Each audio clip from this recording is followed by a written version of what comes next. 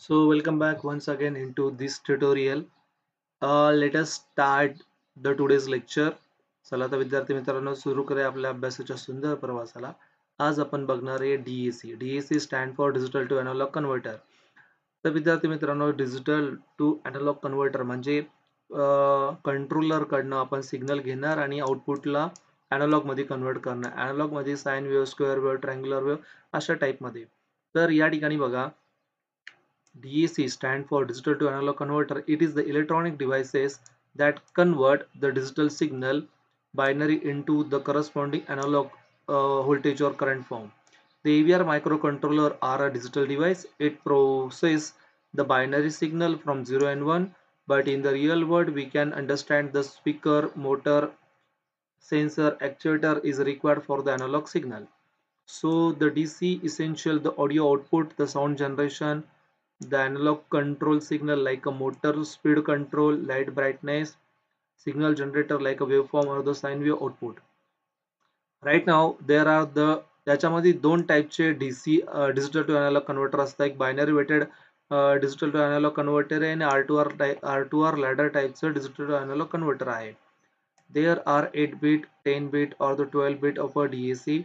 The number of data bit is input is decided the resolution of a DAC. A DAC 808 is the 8-bit DAC provides the 256 discrete voltage level at the output. So the block diagram of a DAC 0 to 7 and read and the analog output is there and V reference is in there.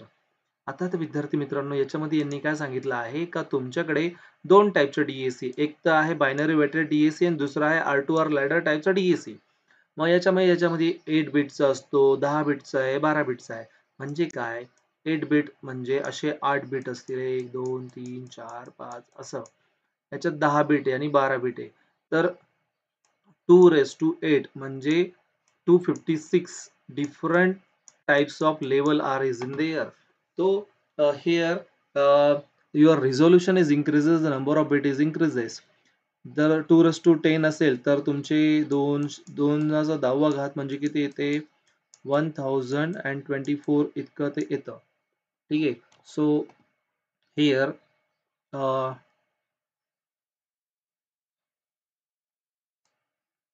so here याचा meaning असंच आहे का if the number of bit is increases then the resolution it will be going to the increases.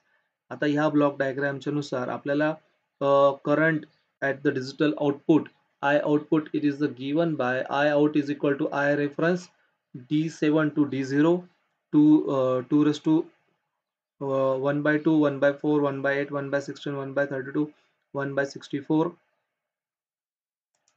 Okay, this is the interrupt. Okay so up to the 256 असं तुम्हाला output बघायला मिळते. तर एक्झामला तुम्हाला काय अपेक्षित आहे बरं का this diagram is the expected. So how the interface this is the Atmel AVR microcontroller. Then here D0 to D7 read pin, write pin, output pin is in there. V reference is connected to the ground. V is connected to the ground at the 12 volt. 5 volt supply for this IC plus VCC and V reference is also the plus 5 volt is in there. Here the one of the analog amplifier op amp as an amplifier is connected here and we can getting the output signal at that place. So very simple. So output this diagram is expected. V reference negative V reference is connected to the ground, positive V reference is connected to the VCC. VCC is already 5 volt is connected and VE is connected to the negative 12 volt. So this diagram is expected how to interface the DAC with the AVR microcontroller. After that we want to make a program. So square wave program. In the square wave program, so this is the output waveform. First one, to define your crystal frequency, here 1 megahertz we have defined. Include all the library file of the AVR. To define the time delay library, to initialize the LCD. Then data directional register B is equal to logic 1, while 1 for the infinite loop. port B is equal to logic 1, call for the delay. Port B is equal to logic 0, call for the delay. So 0 1 0 1 it is the takes place and we can getting the output at the port B. आता हे जे आहे आपण port बी ला इथे आपण connect केलेलं असणार आहे. हे बघा हे पोर्ट बी ला ऑलरेडी इथे कनेक्ट केलेलं आहे आणि आपल्याला हे आउटपुट इथे आपल्याला बघायला मिळेल. तर सॉटूथ वेव्ह कशी असते, पहिले अशी वाढते आणि नंतर अपकी खाली येते. First increase and then decreases, increases and decreases, या टाईपची सॉटूथ वेव्ह असते. तर क्रिस्टल आपण डिफाईन करणार, AVR लायब्ररी इन्क्लूड केली, टाइम डिले लायब्ररी इन्क्लूड केली, इनिशियलाइज LCD केलं, डेटा डायरेक्शनल रजिस्टरला लॉजिक 1 पाठवलं, while 1 for the infinite loop, for u integer I is equal to 0, I is less than 255, then I is increment, port is equal to I. म्हणजे जसं जसं हा वाढत जाईल तसं तसं ते वाढत जाणार आहे आणि हे 255 झालं का अपकी खाली येऊन जाणार, पुन्हा हे वाढत जाणार, पुन्हा खाली येणार, अशा टाईपचं हे सॉटूथ वेव्हफॉर्म येईल. किती इझी प्रोग्राम आहे, तुम्हाला एक्झामला हे प्रोग्राम विचारला जाणार आहे. आता ट्रायंग्युलर वेव्हफॉर्म, ट्रायंग्युलर वेव्हफॉर्म मध्ये कसं आहे, या टाईपची ट्रायंग्युलर वेव्हफॉर्म तुम्हाला बघायला मिळते. इन्क्रीज वेल डिक्रीज वेल, इन्क्रीज वेल डिक्रीज वेल. मग सगळ्यात पहिले आपण काय करणार, क्रिस्टल डिफाईन करून घेणार, लायब्ररी फाईल AVR च्या सगळ्या इन्क्लूड करणार, hash include time delay library, then initialize your program, then port B is equal to logic 1, while 1 for the infinite loop, for unsigned integer I is equal to 0 and I is less than 255, then I is increment, then the port A is equal to I and call for the delay. For unsigned integer I is equal to 255, then I is greater than 0, then I is going to the increment. Port B is equal to I and port B is equal to I and then call for the delay. So या ठिकाणी पहिले वाढत जाईल, त्याच्यानंतर पुन्हा हा काय होणार आहे, कमी होत जाणार आहे. अशा पद्धतीने तुम्ही असेंडिंग आणि डिसेंडिंग ऑर्डर मध्ये तुम्हाला ही बघायला मिळेल. तर विद्यार्थी मित्रांनो, मोस्टली तुम्हाला स्क्वेअर वेव्ह, ट्रायंग्युलर वेव्ह आणि सॉटूथ वेव्ह असे प्रोग्राम येतात. एक चला साइन वेव्ह फॉर्मचाही प्रोग्राम बघूया. सायनोसायडल वेव्ह फॉर्म अशा टाईपचा असणार आहे. नेहमीप्रमाणे आपण इथं क्रिस्टल डिफाईन केला, AVR ची फाईल इन्क्लूड केली, टाइम डिले लायब्ररी इन्क्लूड केल्या, अनसाइन इंटीजर साइनचा 64 बिटचा आपण हे काय केलं आहे, एक लुकअप टेबल बनवून घेतलेला आहे. ठीक आहे, हे टोटल किती व्हॅल्यू आहे, 64 व्हॅल्यूज आहे. ठीक आहे, आता initialise the our program, data directional register is equal to logic 1, while 1 for the infinite loop, for I is equal to 0, I is less than 64, then I is going to increment.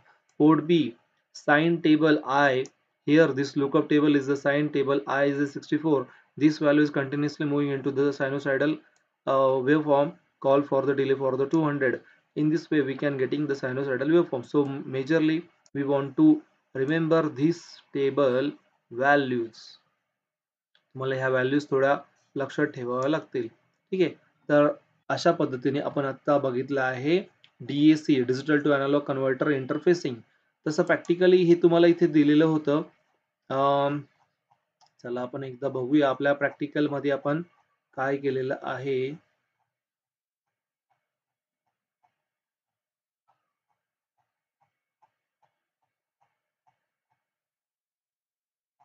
Stepper motor वगैरे बघितलं होतं आपण पहिले. DAC ची ही diagram आहे, तुम्ही ही ती वाली डायग्राम किंवा ही वाली डायग्राम रेफर केली तरी चालेल. या ठिकाणी तुम्हाला हे आउटपुट बघायला मिळतंय.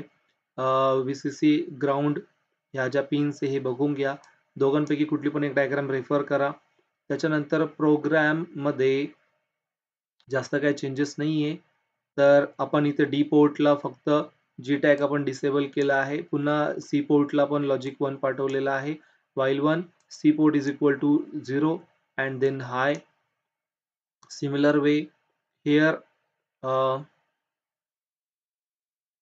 sawtooth waveform, इथे सुद्धा सेम प्रोग्राम आहे, फक्त क्रिस्टल 4 मेगाहर्ट्ज आपण इथे घेतला, टाइम डिले लायब्ररी आहे, जी टॅग डिसेबल केलेलं, character is equal to I, port data directional register C is equal to logic 1, while 1 for the infinite loop, for I is equal to 0, I is less than 255, I is going to the increment, port C is equal to I. ठीक आहे, आता इथे थोडं simplicity पण दिसते, पण मग ठीक आहे. तुम्ही डी पोर्ट या ठिकाणी यूज करत असाल तर तुम्हाला हे सी पोर्ट यूज करताना तुम्हाला हे जी टॅग हे तुम्हाला डिसेबल करायला लागणार आहे फक्त. आणि जर तुम्ही दुसरा पोर्ट यूज केला तर हे डिसेबल करायची एवढी गरज पडणार नाही. म्हणजे तुम्ही जसं की या ठिकाणी पोर्ट यूज केला होता, आपला बी पोर्ट आपण यूज केला होता. तर तुम्हाला ती गरज पडणार नाही, बी पोर्ट यूज केला म्हणजे हे लागणार नाही. डेटा डायरेक्शन रजिस्टर हे बघा, ट्रायंग्युलर वेव्हफॉर्मचं करताना पहिले AVR लायब्ररी फाईल इन्क्लूड केल्या, क्रिस्टल डिफाइन केलं, टाइम डिले लायब्ररी इन्क्लूड केली, initialise the program, ports use करत असताना जे टॅग आपण डिसेबल करत आहोत, I character, C is equal to logic 1, while 1 for the infinite loop, for I is equal to 0, I is less than 255, then I is increment, port C is equal to I is equal to 255, then I is greater than 0, no, then I is going to the decrement, then the port C is equal to AI. So our program is executing in this way, triangular in waveform. So I think तुम्हाला दोघांपैकी तुम्हाला जो पण easy वाटत असेल तो तुम्ही programme refer करू शकता आणि डायग्राम सुद्धा दोघांपैकी कुठलीही तुम्हाला योग्य वाटत असेल तर ती तुम्ही रेफर करू शकत आहात. सो अशा पद्धतीने आपण DEC बघितला आहे. त्याच्यानंतर आपल्याला पुढे केस स्टडी बघायचा आहे. केस स्टडीमध्ये आपल्याकडे काय traffic light control using AVR आहे. विद्यार्थी मित्रांनो, यामध्ये पुस्तकामध्ये असं एक दिलेलं आहे, पण पुस्तकातलंच रेफर केलं पाहिजे असं नाही. आपल्याकडे आपण प्रॅक्टिकली जो केला होता आपण ते बघू शकतोय. त्याच्यानंतर दुसरं केस स्टडीमध्ये single digit event counter using optocoupler तुम्हाला बघायचं आहे. यामध्ये ऑब्स्टॅकल गेला तर तुम्हाला 7 सेगमेंटवरती आउटपुट बघायचं किती ऑब्स्टॅकल गेले आणि आले हे आहे. ठीक आहे. त्याच्यानंतर तिसरं जे आहे ते रिअल टाईम क्लॉक सिस्टम तुम्ही बघणार आहात, RTC.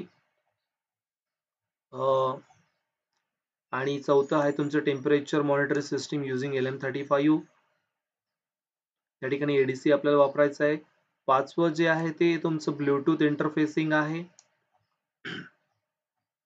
ब्लूटूथने तुम्ही ऑन ऑफ करा आणि यानंतरून तुमचं चॅप्टर हे संपणार आहे. So these are the case studies. So stay tuned with this tutorial. You can getting the more information about the theory. So thank you so much for this watching. Kindly like, subscribe this channel.